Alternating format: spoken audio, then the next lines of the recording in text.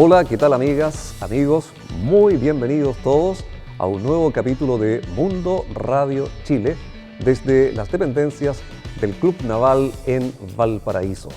Nos ven a través de UCB Televisión, el primer canal cultural de la televisión abierta en Chile, también por nuestro canal de YouTube, Claneme TV Streaming, y por supuesto a través de la red de radioemisoras amigas en todo Chile. Contamos con el patrocinio de la Asociación de Radiodifusores de Chile, ARCHI, y juntos enfrentamos el centenario de la radio en nuestro país. Mundo Radio Chile, rescate, memoria e historias de radio en voz de sus protagonistas. Quiero presentar inmediatamente a nuestro invitado de hoy. Muchos lo reconocerán por sus actividades edilicias en esa hermosa comuna de Concón. Algunos desconocen que tras el alcalde de la comuna de Concón hasta hace algún tiempo, hay un hombre de radio. Y de eso vamos a conversar a continuación con Óscar Sumonte González, a quien le extendemos esta más cordial bienvenida. Óscar, ¿qué tal? Un gusto tenerte acá en Mundo Radio Chile. El gusto para mí, muchísimas gracias por permitir estar en vuestro programa, especialmente reconociendo mis orígenes como hombre de radio, que uno jamás lo olvida y es algo que me llena, digamos, de satisfacción de poder decirlo con mucha franqueza, porque es así. Yo siempre me he identificado como un hombre de radio, a pesar de no estar trabajando en una radio, como tal, durante muchos años que estuve como alcalde. Así es. Bueno, pero vamos a indagar un poquito en tu historia para conocer precisamente, bueno, los que te conocemos sabemos que has sido hombre de radio, pero nuestros televidentes y auditores en todo Chile van a conocer entonces esas experiencias que comenzaron. ¿Por qué año aproximadamente? Fue por ahí, por el año 1975, cuando tuve la oportunidad de ser parte del equipo de Radio Portales de Valparaíso. Mira. En aquella época, la primera de Chile, ¿no? Totalmente. Y fui recibido por el entonces gerente, don Luis Muñoz Ahumada. Yo había terminado de hacer el servicio militar y necesitaba trabajar. Y bueno, golpeé las puertas, tuve un contacto, me recibió don Luis y me dijo, vente a trabajar, y entré como estafeta, como junior. Y de ahí partió mi bichito de la radio y nunca más, digamos, dejé de pensar en eso. Así que me siento orgulloso de haber sido parte de ese origen radial en la Radio Portales de Valparaíso. Y cuando entraste en estas labores administrativas, no técnicas propiamente tales, ¿en qué momento surge en ti la idea, no sé, de acercarte al mundo de la locución quizás, o a la parte técnica, radiocontrol, la programación? A mí me gustó siempre el tema técnico, el tema del radiocontrolador, porque en el tema de la locución nunca me llamó la atención, la verdad. Ya. Y no así, digamos, cuando veía que en aquella época el trabajo del técnico no tenía ni tiempo ni de ir al baño, sino que porque eran en los discos, en las grabaciones, en los carretes abiertos, en todo lo que era, digamos, además los contactos de la Radio Portales, que cada cierto minuto tenía que conectarse con la Portales de Santiago para las noticias, para las emergencias, para todo. Era un mundo fascinante estar controlando, y además uno siempre, yo lo decía así en broma, pero se sentía uno con el poder de decir, oye, yo corto y muevo esta palanquita y no habla nadie. Me podía cerrar el micrófono al locutor. Y la verdad es que me entusiasmó mucho y ahí grandes amigos que de aquella época, ¿no es cierto? Luis Muñoz, Lucho Pedraza, Joaquín Rojo, que conocimos, digamos, y que trabajaban ahí en la radio, me entusiasmaron y no quise solamente ser un ayudante, una estafeta, nada más, que sí dije yo, quiero aprender el tema técnico, y me dieron la oportunidad. Ellos fueron generosos en este sentido de ser tus maestros, de ir enseñándote, y en algún momento seguramente te pasaron la consola. Exactamente, como yo pasaba mucho tiempo ahí al lado del radiocontrolador, había aprendido todo lo que hacían, pero solo mirando, Claro. hasta llegar el momento de tomar los controles. Fue fascinante para mí que me dejaron solo, y fue terrible porque era la primera vez que lo hacía y salió bien, y dije yo, no es nada tan complejo cuando uno lo ve de afuera, estando adentro es más complejo aún, pero lo supe hacer y pude sacar un programa al aire. Y me dijeron, bueno, ya aprendiste y ahora tienes que especializarte. En esa época, recordás que uno era controlado por el SEC. Sí, sí. Y tenía que tener Esa certificación. Claro. que era un estudio que había que hacer y demostrarlo. Y teníamos un carnet. Claro.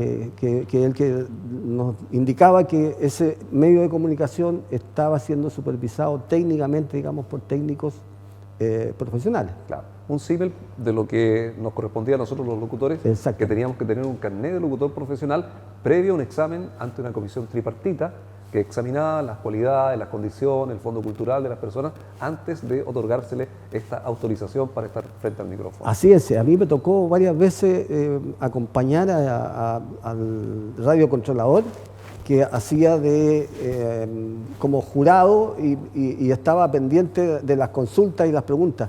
Y uno se acuerda mucho de varios locutores que pasaron, que después fueron grandes figuras, pero las primeras veces los fracasaban, digamos, Claro. porque eran preguntas de interés general, de historia, de muchas cosas que eran complejas y se preparaban y eran realmente profesionales del micrófono. Existía lo que tú acabas de señalar, la preparación. ¿Ah? Sí. Y convengamos que por los años que estamos hablando, en los años 70, no existían el Internet, ni nada de estas facilidades de autoaprendizaje que están disponibles ahora para los jóvenes. Había que ir a la biblioteca, averiguar, hablar con los más antiguos, recabar y estudiar. En realidad había que estudiar. Y además tener una cultura general importante. Claro. Porque eso era parte de la prueba que se le hacía. Y claro, yo recuerdo que en esa época estaba como partiendo la radio FM también. Y llegaban los locutores con las voces espectaculares, pero cuando llegaba el momento de la cultura general, de las consultas y todo lo demás, reprobaban el examen. Claro. Y se iban desilusionados y volvían de nuevo y ya venían más capacitados porque no era solo una buena voz, Claro, sino que eran profesionales realmente. Concordamos plenamente. ¿No? Es decir, es como la promoción que hace ahora la Archi, ¿no es cierto? Sale nuestro colega Fernando Solís mostrando un micrófono, dice, para hacer uso de esto no necesitas una buena voz, en el sentido de que hay otros elementos que complementan, ¿no es cierto?, a una buena voz. Obviamente se requiere una buena voz, una voz microfónica, pero una voz microfónica por sí sola no sirve de nada para este tipo de radio que estamos hablando. 2 años entonces estuviste en la Radio Portales. Estuve 2 años y medio, Ya. pero en esos 2 años y medio donde aprendí muchísimo, donde dejé grandes amigos. Nombras algunos, por favor, Bueno, si puedes lo referenciar. nombraba, mi mentor fue ahí técnicamente Joaquín Rojo. Joaquín Rojas. Rojas, Sí. que tenía su padre que vivía en Concón y que me quería como un hijo. Y teníamos una relación muy directa. Luis Pedraza, que también ya no está con nosotros, que era presidente del sindicato de radiocontroladores de la región, un gremialista De tomo y lomo. de tomo y lomo. Y en ese instante se trabajaba, te acordarás, solo 6 horas. Era el contrato que se le hacían a uno de 6 horas, porque se había ganado, justamente los sindicatos habían hecho una especie de paralización, ¿no es cierto? En aquella Y tiene que ver con esto que tú señalabas al comienzo, que el radiocontrolador prácticamente no tiene ni tiempo para ir al baño, ¿no es cierto? Claro. Pensando que el disco, el micrófono, el teléfono, la cinta, cargar, como era antes, los sistemas analógicos principalmente. Entonces, Sí.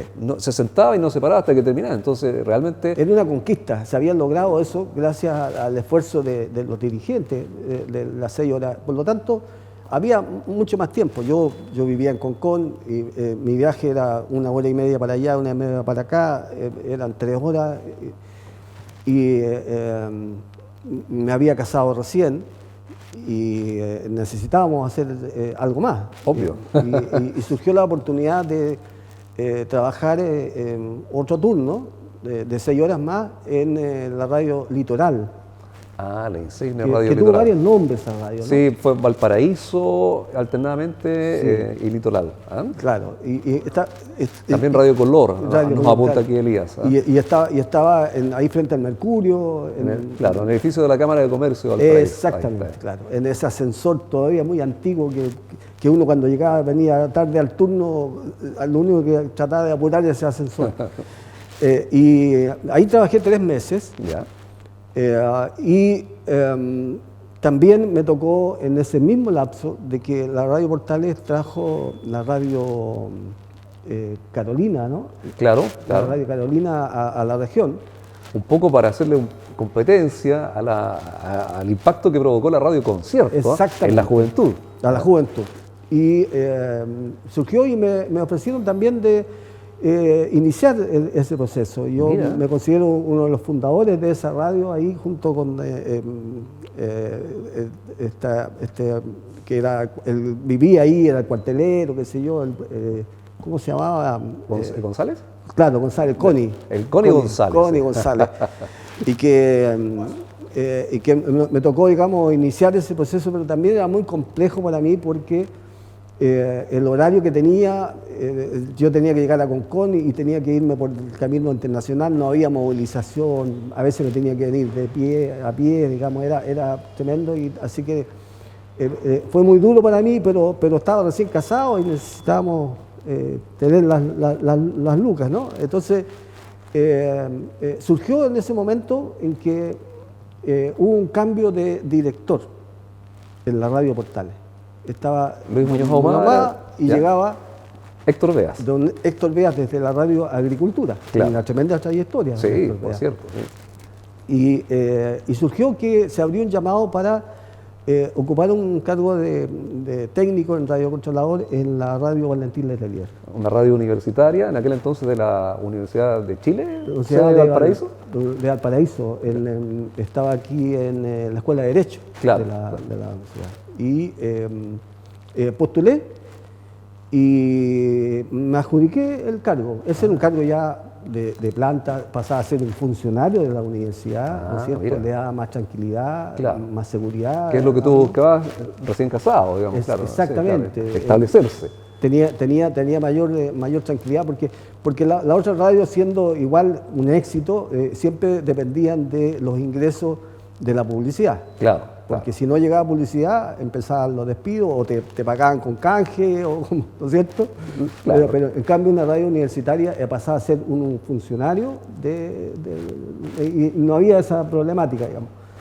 Y como estaba en esa época tomando decisiones, creo que no me equivoqué, y me fui a la Radio Valentín Letelier. Ahí empecé a conocer más gente, a gente muy valiosa, muy sabia, digamos, en el tema de radio, y tuve 2 años y medio más ahí en esa emisora, que fue realmente, hicimos las primeras transmisiones desde el aula magna de la universidad, ahí en la radio.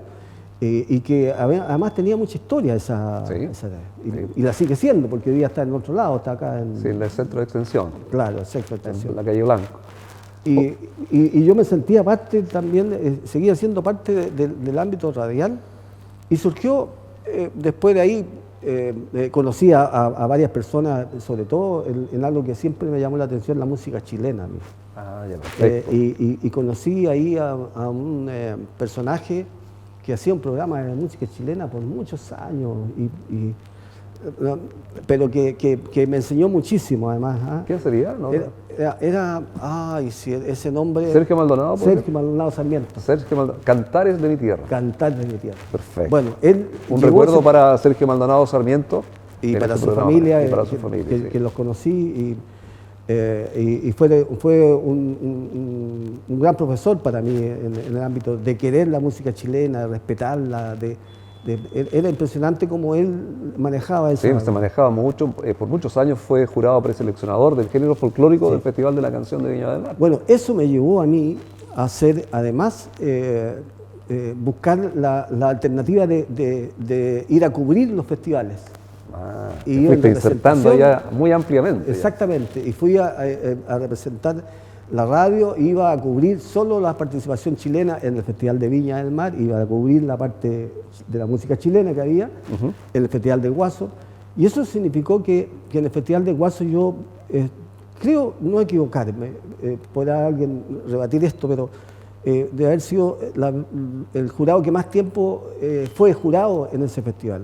Yo estuve 7 veces de jurado en el Festival del Guaso del Mue, a raíz de la radio. Claro, de los conocimientos de los que conocimientos, tú tenías, digamos, claro. de esto. Y claro, jurado de sala y jurado preseleccionador, sumado a eso, digamos, que el que trabaja realmente es preseleccionador. Sí, ahí llega la mayor cantidad de 400, 500 canciones, los otros se sientan a ver las 12 canciones. El resultado del colador. Exactamente.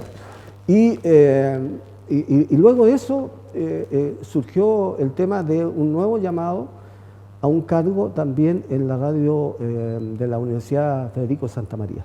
Qué magnífica radio, la radio técnica de la Universidad Técnica Federico Santa María, Sí. una de las radios universitarias más prestigiosas de Y la Chile más antigua de Chile. ¿sí? Y de América Latina. Y tiendo de América Latina. Sí. Llegué ahí el año 81 y habían ya grandes profesionales. ¿Con quién conviviste ahí en la radio Santa María?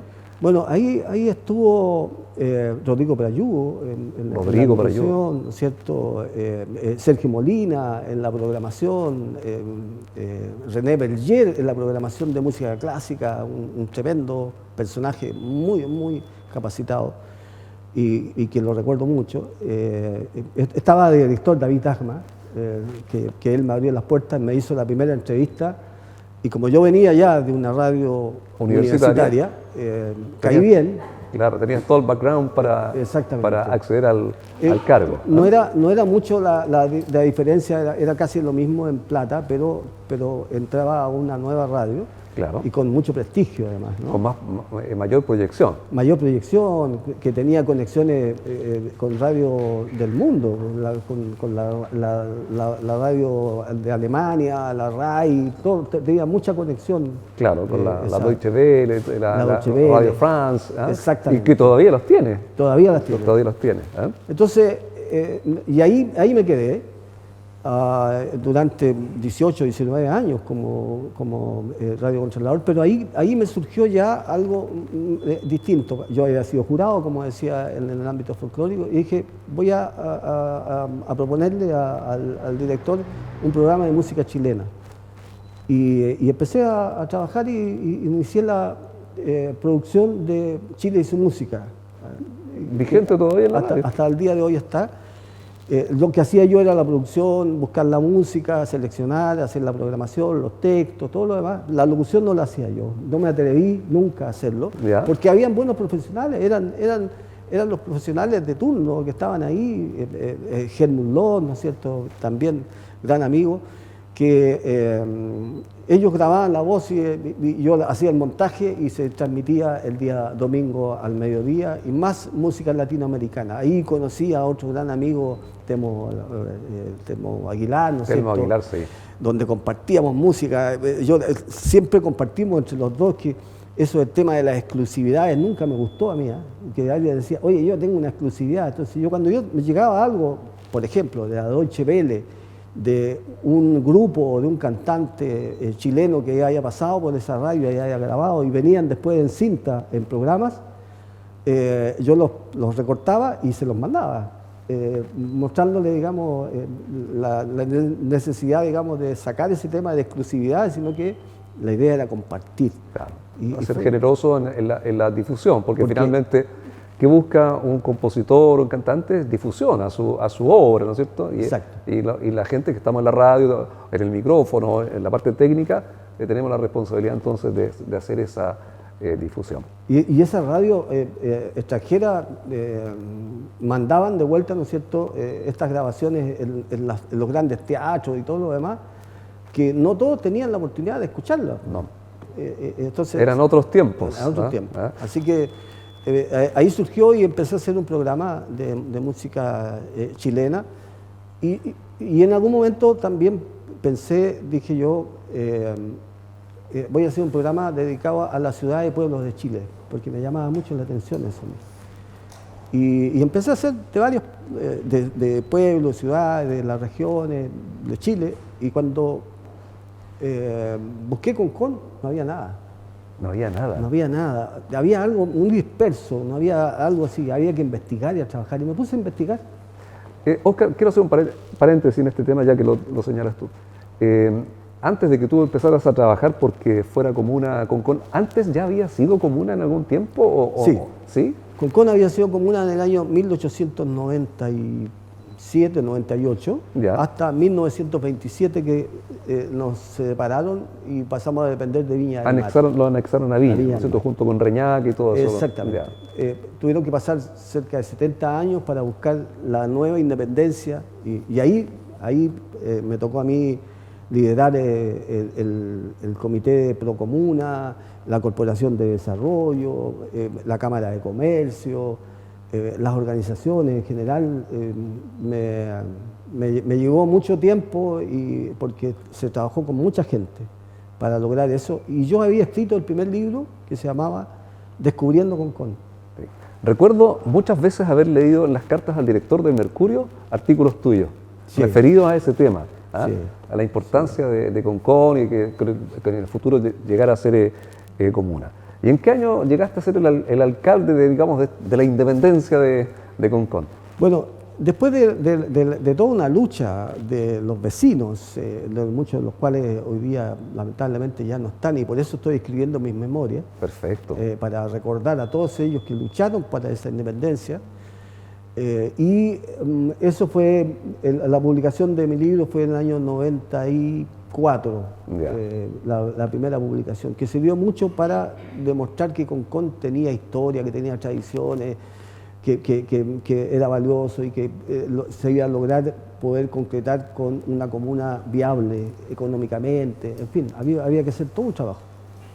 Y yo me dediqué a eso. Sin ninguna intención de ser el alcalde o de participar en una. No, para nada, porque no era mi tema. Solamente el hecho de que tú eres una persona oriundo de toda la vida de Concón, digamos, es tu terruño. Mis padres habían sido miembros de la asociación de fútbol, dirigentes de Conconario, en el club más antiguo de Concón, y tenía muchos recuerdos de ellos. Así que surge esa inquietud. Y empiezan a aparecer muchas cosas de Concón que eran desconocidas de la gente. Y hasta que un día, después cuando se logra el objetivo, porque tuvimos que hacer presentaciones y todo lo demás en el Parlamento, en el Consejo Regional, pelear porque las comunas vecinas no querían que le quitáramos un espacio a Limache, a Quintero, ¿no es cierto?, ni a Viña tampoco. Problemas fronterizos. Claro, pero se logró y el presidente de la época, Eduardo Frei, aceptó y acogió el llamado de los conconinos, y mandó el decreto. En el año 95 se crea la comuna de Concón. Por lo tanto, el año siguiente había elecciones. Y ahí se me acercaron algunos amigos, de los cuales hay varios que no están, lamentablemente, y me dijeron: Óscar, tú que has trabajado tanto por esto, ¿por qué no te presentas como candidato a alcalde? Mira, yo soy un hombre de radio, estoy trabajando en la Santa María, estoy tranquilo, pero me gusta esto. Mira, lo voy a pensar y lo voy a ver, lo voy a conversar con la familia. Y así surgió, y dije: mire, ok, pero yo sí con una condición, si me van a apoyar. No pertenezco a ningún partido, no voy a comprometer mi presupuesto familiar. Por lo tanto, no tengo plata y me largo como independiente. Ah, no, es una locura. Esto está hecho para partidos políticos y esto no puede ser. Sí, pero yo estaba trabajando en la Universidad de Santa María. Hablé con la universidad y dije: mira, está la posibilidad de irme sin goce de sueldo estos 2 o 3 meses de campaña. Me dijeron que no, tenía que renunciar.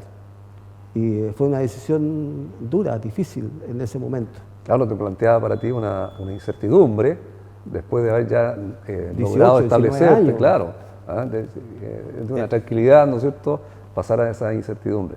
Pero todos conocemos la historia, felizmente fuiste elegido como alcalde de la primera de la independencia de Concón. ¿Y por cuántos años estuviste en el cargo? Bueno, 5 periodos. 5 periodos, ¿eso en años son? Son 20 años. 20 años, ¿ah? Más, no es menor, más los 4 años que estuve en Villa Alemana cuando estuve afuera. ¿Ya? Y lo que alargaron en este último tiempo, ¿no es cierto? Que las elecciones se hicieron en junio, ¿no? Claro. Y la verdad es que yo siempre lo dije y siempre sentí el apoyo de la gente de radio. Se identificaban porque era primera vez que un hombre que trabajaba en radio era autoridad, era alcalde de la primera comuna de Concón. Bueno, te felicitamos por eso, Óscar, y estamos entrando en el tramo final de nuestro programa. Queremos aprovechar estos minutos para que nos cuentes en qué estás ahora. Entiendo que estás también ahí con el bichito aflorando, sí. aflorando. Sí, claro. Yo cuando tomé la decisión de no ir de candidato de nuevo, porque no fue la ley que no me lo permitió, y ni tampoco el partido, ni nada, sino que fue una decisión personal para dedicarme a mi familia, surgió el tema de una conversación con Moncho Silva, a quien recordamos muchísimo. Yo había creado la radio municipal, que todavía está, y que de hecho lleva el nombre de Moncho Silva a la radio. Le puse el nombre de Moncho una vez que él fallece. Y con él proyectamos tener una radio digital. Pero cuando fallece se me vino todo abajo. Sí. Para mí fue muy duro, nos conocíamos de muchos años, éramos amigos, estaba trabajando conmigo, más que un trabajador, era un amigo. Y hasta que después dije, bueno, de unos meses dije, esto no puede ganarme, mi bichito es la radio, y pensé sacar, y dije, voy a hacer una radio digital, y se llama Radio Fundación Patrimonio, que no estamos transmitiendo todo el día, tenemos programas específicos, me atreví a hacer notas, lo que nunca pensé que lo iba a hacer. No, siempre hay que atreverse. Claro. Y ese es hoy día mi pasatiempo, en eso, con mi familia nada más, y las cosas que me gustan en el tema de la radio. Así que está en la radio Fundación Patrimonio, en internet con las redes. Se busca así, radio Fundación Patrimonio. Exactamente. ¿Ya sin punto, todo junto? Radio Fundación Patrimonio.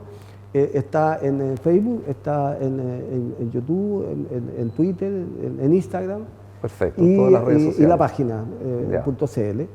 Pero estamos recién partiendo. Esto es algo que no quiero amarrarme mucho tampoco. Entiendo. Porque mi compromiso fue estar con la familia. Me llaman mi nieto, allá voy. Ah, correcto. Me llaman, estamos con mi hermano, allá voy. Entonces, estoy disfrutando eso, Bueno, y nosotros, Óscar, queremos decirte que hemos disfrutado, que nos hayas contado tus historias de radio.